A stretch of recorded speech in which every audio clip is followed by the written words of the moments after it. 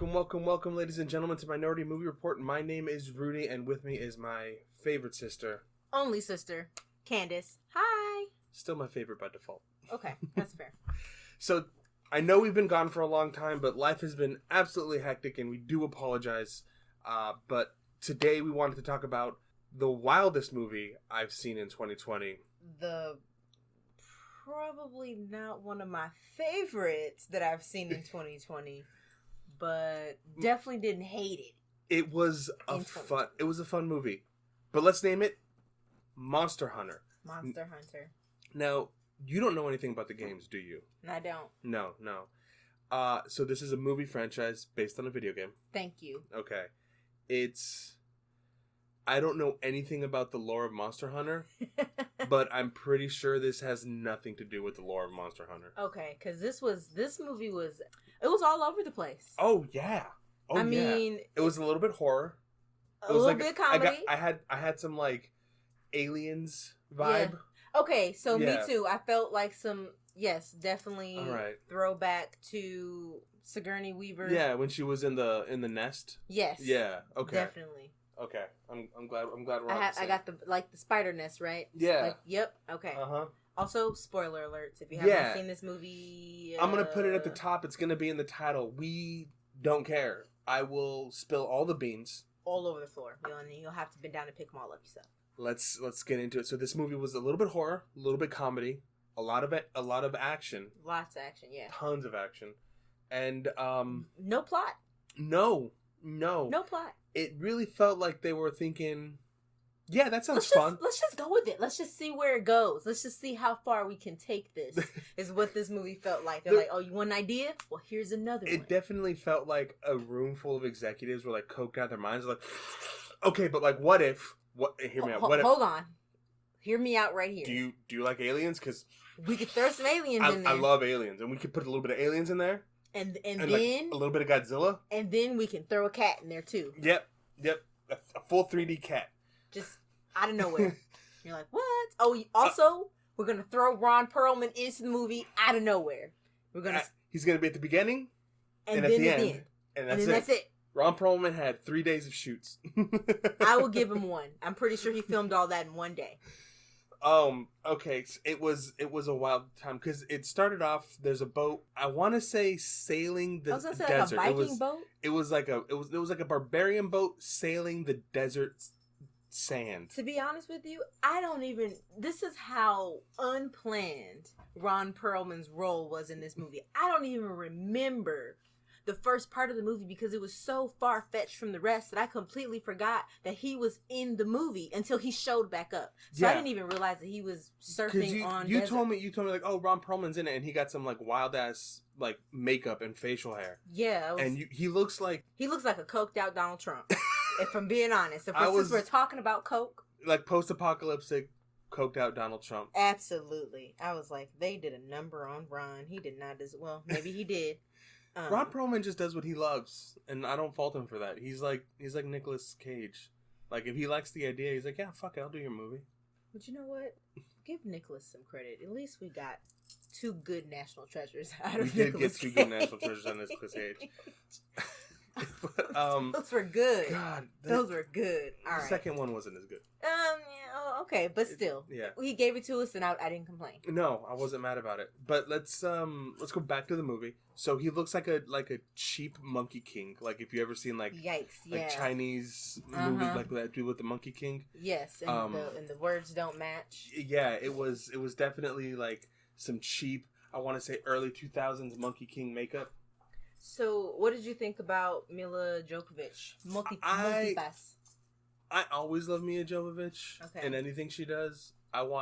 I'm not afraid to say it. I watched all of the Resident Evils. I've seen all of them. You shouldn't be afraid to say that you watched the Resident Evils. And that's where she acts the best, is where she actually has no lines. Yeah. And I think that's why that franchise is so good. I think Mila Jovovich is like the Keanu Reeves of this generation. She's like a new female Keanu Reeves. Yeah, she's like a female Keanu Reeves.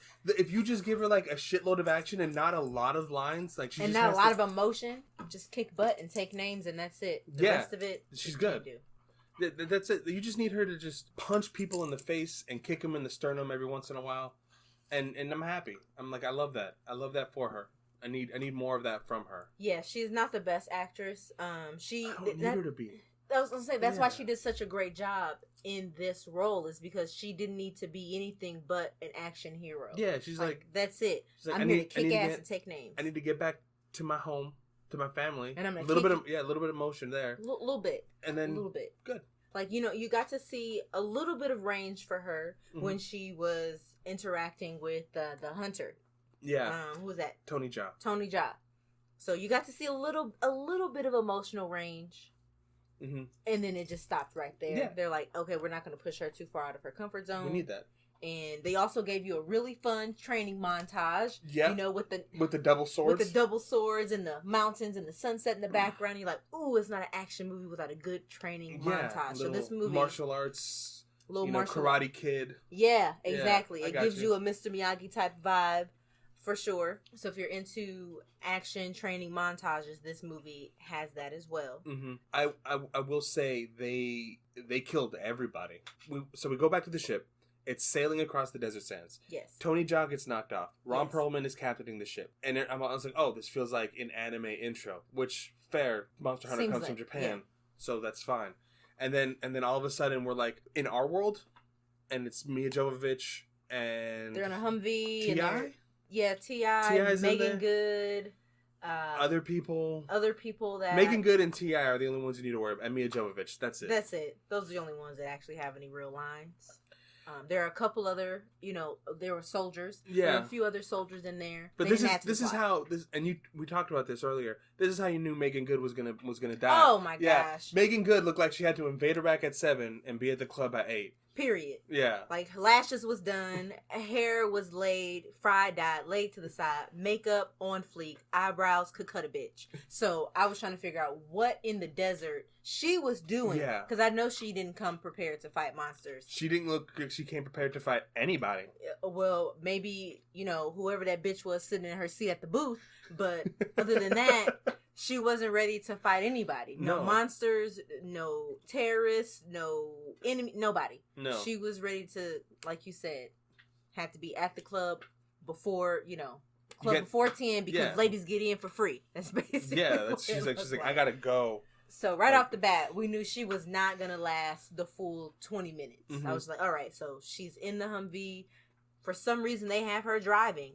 I don't know how she could drive in those high heel boots, but she was driving, and then before you knew it, they get into a storm, a sandstorm, like a sandstorm, electrical sandstorm, mm-hmm. and that transports them to the Monster Hunter world. Exactly, and then from there, they're all just trying to figure out. Okay, first of all, we're clearly not on. Well, it seemed like they didn't feel like they were on Earth anymore. Like they were somewhere other than compasses were acting up. Yeah, somewhere other than what they know. Yeah, and they soon figure out as soon as that big old scorpion Balrog looking. It was a devil sword?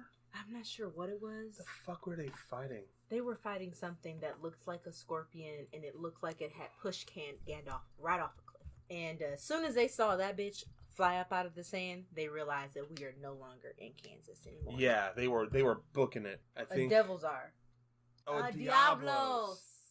Fuck, it was a Diablos. It was a Diablos. I should have remembered that. You should have remembered that. I should have known that. I forgot. I was like, Devil's Sword? That sounds almost right, but something not quite. With devil. Yes, a Diablos.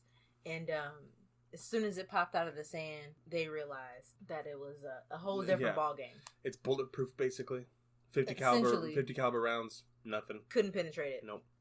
Rocket launchers. I was gonna say, you know what? So what I really liked about this movie, even though it was really trash and really cheesy, I really liked the growing friendship between Natalie, which is Mia Jovovich. Yeah, that's her character's name, Natalie, and the hunter, or Tony Jaa. Yeah. I liked how they became, they started off as adversaries, mm-hmm. and they didn't like each other. They had no respect. The hell out of each other. You know what? She went blow for blow. I was like, okay, maybe she's not going to be able to take, like he's going to put her on her ass. No. She put him on his ass several times. And I was like, okay, girl, I see you out here kicking ass, taking names. Mm-hmm. Go ahead. But I like how they eventually evolved into really good friends, Mm-hmm. and they learned to have a mutual respect for each other. Once they realized that their survival was dependent upon helping each other, they stuck it out. They came together and they got the job done. Yeah, They got shit done. I think it was funny when she was like, "Oh, we're gonna." Tony Jaa basically was like, "Oh, we're gonna use you as bait." Oh that was a good scene. That was a great scene. Then after, you know what? I think my favorite scene is where she gave him the chocolate. Yeah, that was a funny scene, and it was also like one of those transcendent scenes. You know what I mean? Like where like the characters, like they can't speak each other's languages, but just a Hershey bar, or just a token of good faith. Like, hey, I'm not your enemy here. Yeah, partake in this with me. Here you go. Yeah. Let's move forward and work together. Sharing on the peyote pipe. Yes. Yeah. Exactly. So that was probably one of my favorite interactions of the film. Mm-hmm. Was them kind of coming together with the candy bar. It was great. I do want to talk about how fast they killed everybody. Okay, yeah. Because we kind of got there and then we fell off track like we always do. We digress. Marshall and whoever his friend was, they died immediately. But Marshall went out like a G. Like he pulled a fucking grenade out of like a Bangalore of grenades, like out of a belt of grenades. Like pulled one, was like, and just dropped it on top of the monster. Yeah. Messed him up. Kind of made him mad more than anything. Like he broke a horn. Yeah, he broke a horn, but essentially he didn't do anything but make it worse for his friends that were still alive. Because once he dropped that grenade, that Diablos, it went full force into the rest of his friends. So he did go out like a G, but I'm pretty sure he thought that he was going to kill it. In essence, he just pissed it off more and made it take its rage out on his friends that were still alive. Yeah, it was big mad. That's for sure. Like, we should have gave him a cape so he could have been super mad at that point. He was pretty pissed. Yeah. It was, And the others, they died almost instantly. So, by this point, now the only characters left, from the beginning is Natalie, her character. Yeah, Mia Jovovich, Megan Good's character. T.I.'s character. T.I. I don't even remember their names. And I think there was one more. No, I think Marshall survived for like a second. Who was the one who died then? I can't remember. That's how insignificant they were. Yeah. Because we can't even remember. But the point is... So 4 of them make it into like a cave. And the Diablos can't get to it. And before they realize where they're at, they've actually already been taken hostage. They do that Deep Blue Sea shit. Where Mia Jovovich is like, we're going to survive. We're going to make it out of here. We're going to get through it together. And then a fucking spider just... right through her chest. And I was like, oh, this bitch is dead. She's a goner. I was like, wow. I was like, they gave her top billing and then they just killed her in the first 20 minutes? Damn, all right. Then, at that point, I'm like, okay, so where is this movie going to go? Yeah, I was like, is Tony Jaa the main character? Are we following Tony? Or is it T.I. secretly the main character? Because... like, they left Mia Jovovich for dead because they killed the spider. Exactly. So this is T.I.'s moment. Yeah. This is going to be his movie. Unexpected. T.I. was like, we killed the thing. We got to get the fuck out of here. Like, and we got to keep going. Our captain wants us to keep going. She's gone. We got to push through. And we're like, okay, so T.I.'s going to be the unsung hero. Let's go. Let's follow T.I. And then we kind of follow Tony Jaa, who's following T.I. and Megan Good and the other dude. Yeah. But then the other dude gets captured by the spider monsters and gets like dragged up, and this is where the horror movie starts. Yes. Like the second Mia Jovovich gets stabbed in the chest, we're in horror movie territory. Exactly. So like, then like the dude gets picked up, the other random dude gets picked up by the spiders, and they're not spiders; they're worse than spiders. They have it's like an alien meets a spider, because what happens is they're using the bodies, like the carcasses, if you will, of the people that they capture as nesting grounds, a nest, like to breed. Megan Good didn't even get an on-screen death. No, we just saw her hanging upside down. I gotta tell you though, in a cocoon. She looked and great. She still looked beat, even hanging upside down, paralyzed, dead in a cocoon. She looked phenomenal. So we'll give the makeup department that they did a great job. They were like, listen, you're only going to be here for like a day and a half. So we're just not even going to change the makeup here. We don't have time. Just go with it. So the next time you see her, she's dead. And Mia Jovovich turns out not dead. Not dead. Gets captured, sees Megan Good, and that's how we know she's amazing. Exactly. And then, on the way out, she finds T.I.'s character. Yeah. And they both think they're going to make it. They're pushing through. They see the light at the end of the tunnel. They see the spiders. They start fighting the spiders. And then T.I.'s like, ooh, my chest hurts. Takes off his shirt. and he has like egg sacs that immediately explode with like baby alien spider things, and they just devour and him. they eat him From lot. the inside Oh my out. god! I was like, no. From the inside out, these spiders ate him. When T.I.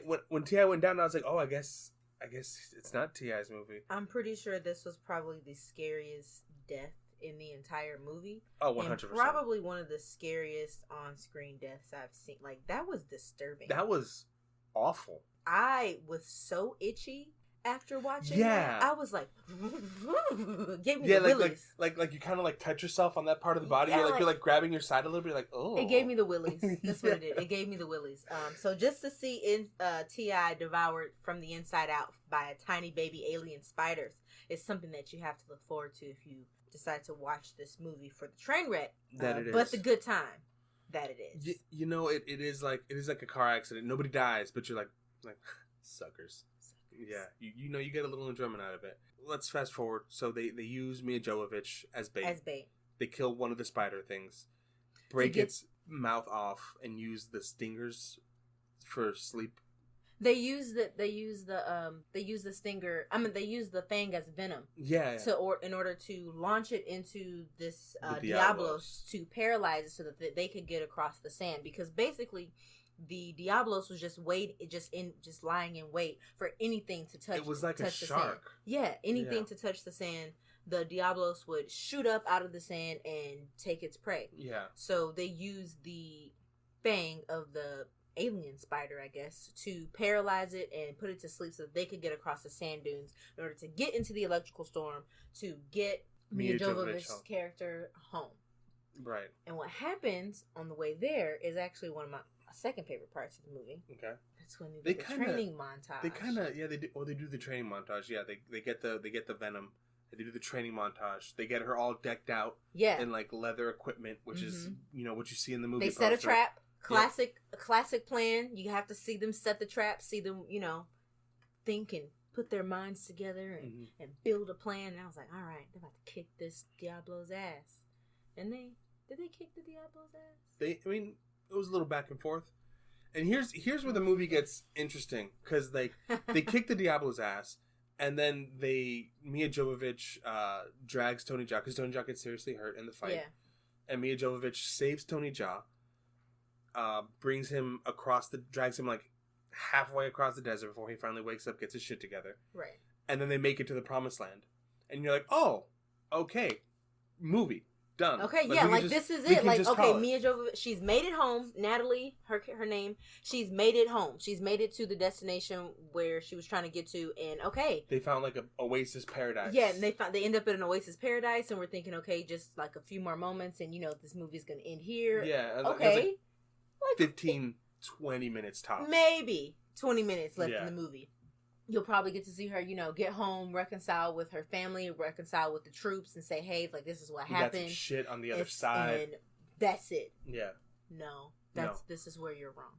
The movie goes on for another 45 minutes to an hour at this point. They're camping out, and they see like a dragon thing flying around. It was a full ass, not dragon thing. It was a full ass dragon flying around there. Yeah. You're like, okay. So it's called a we have a Diablos. I don't know what those alien spiders were, and now we have a fucking dragon. It's called a Rathalos. Oh, Rathalos. Yeah. A dragon. So it from Daenerys herself. All right. It was no ain't no mother to these dragons. So yeah, we're like, okay, so I'm like, oh, maybe like teaser, maybe we get like a Monster Hunter 2 right, like coming what's gonna happen with these Rathalos? It really felt like oh, this is where like you'd leave like the cliffhanger. Like, oh, Rathalos. But then they get charged by these like herbivore monsters.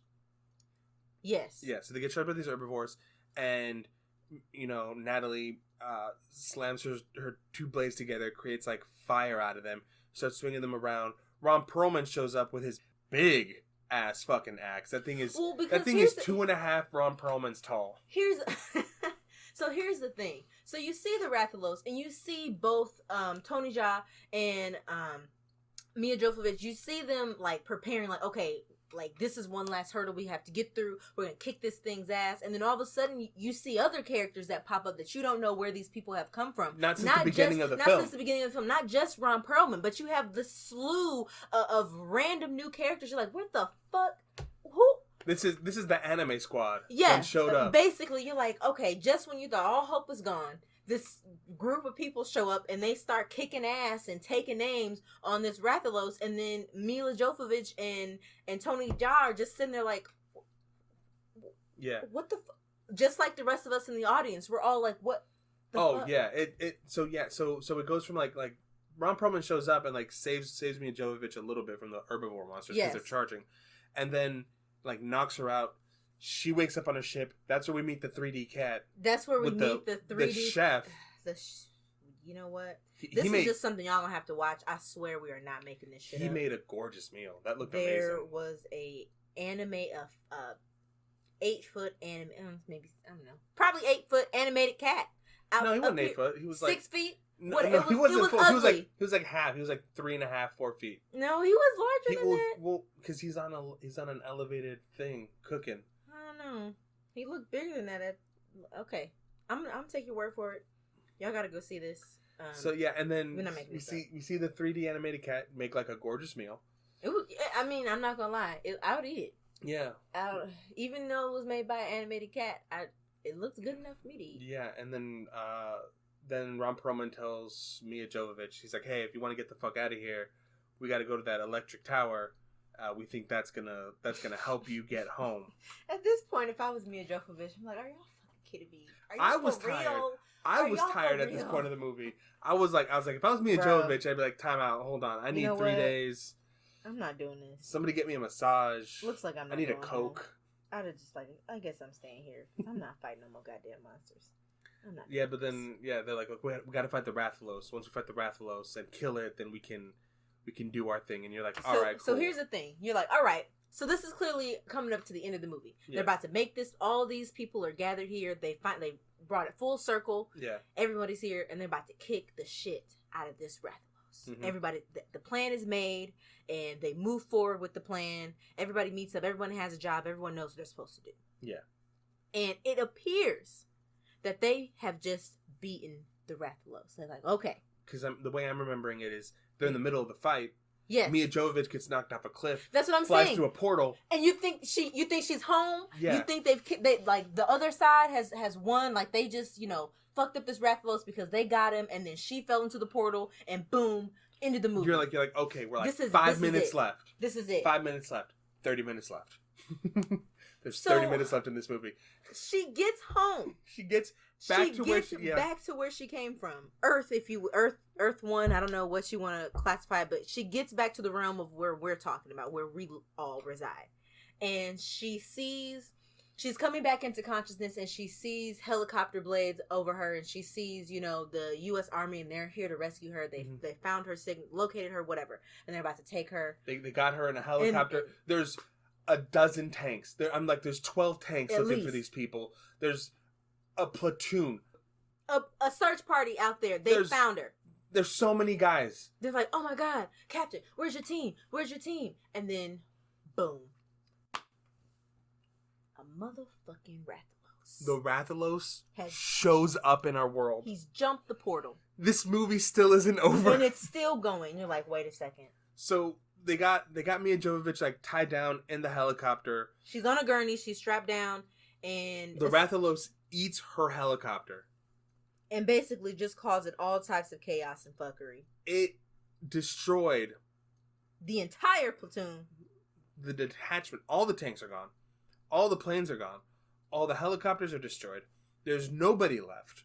It's just Mia Jovovich and this one fucking Rathalos. She hits it with a grenade?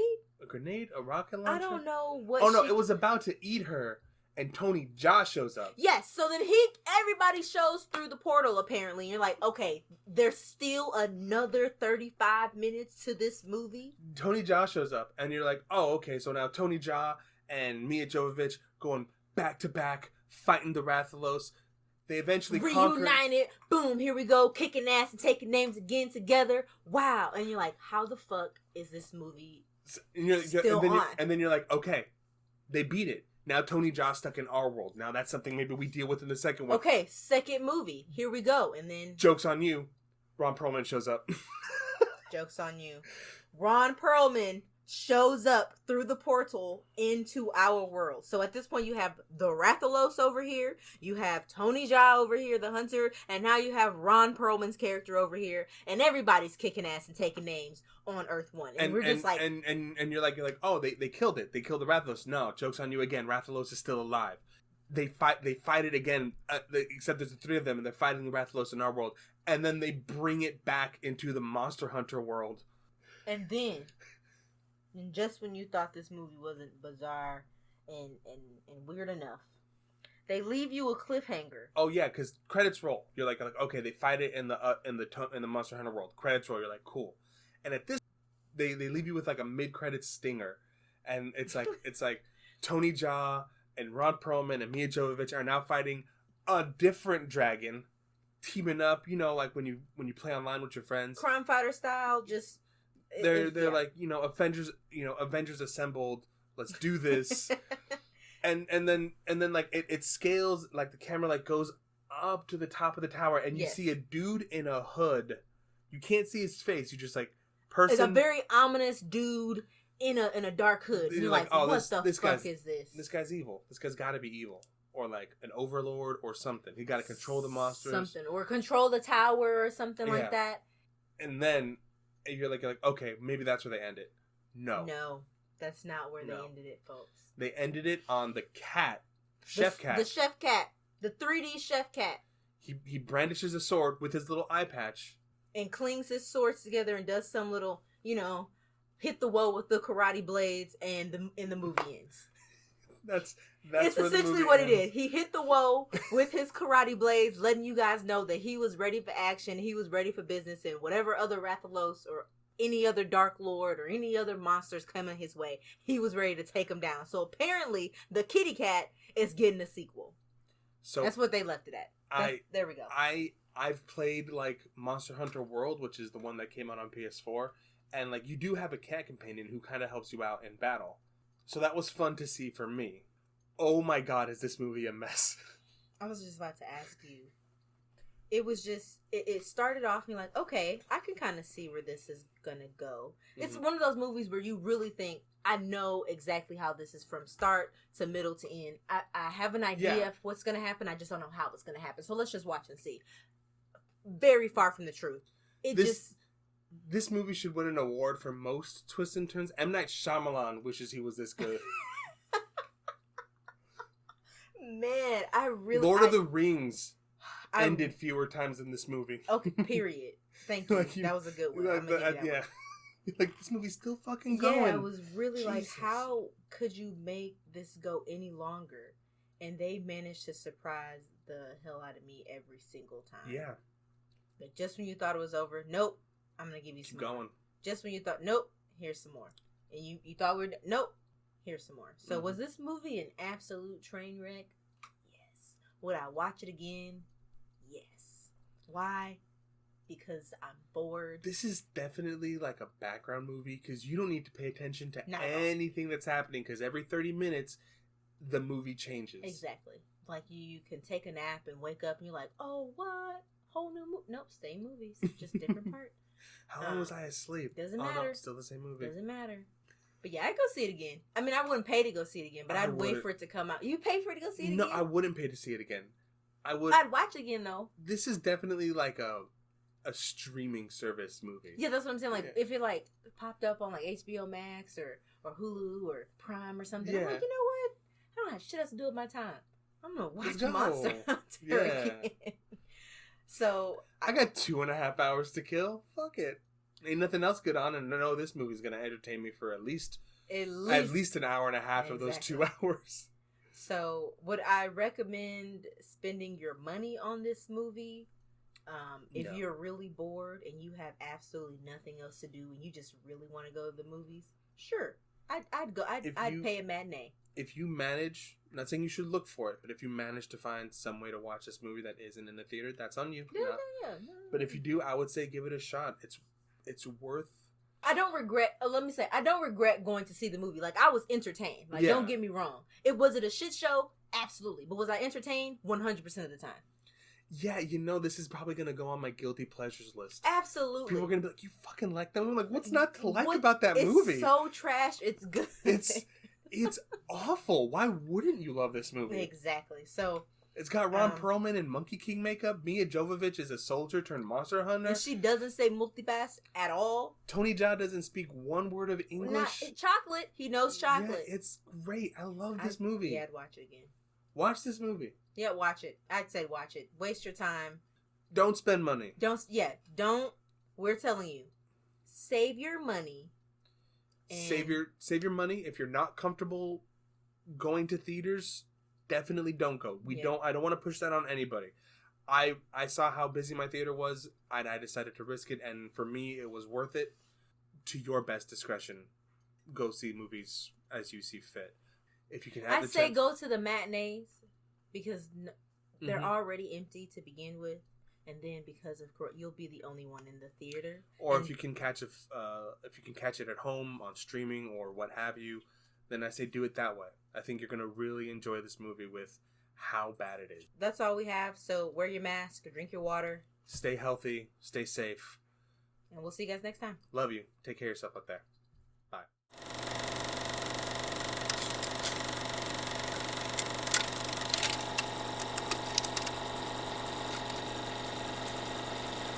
Big Black Bull Scorpion. That is not the name. Never mind. Nope. We're gonna leave that alone. I'm gonna leave it. I'm gonna put it to bed because it was going to place.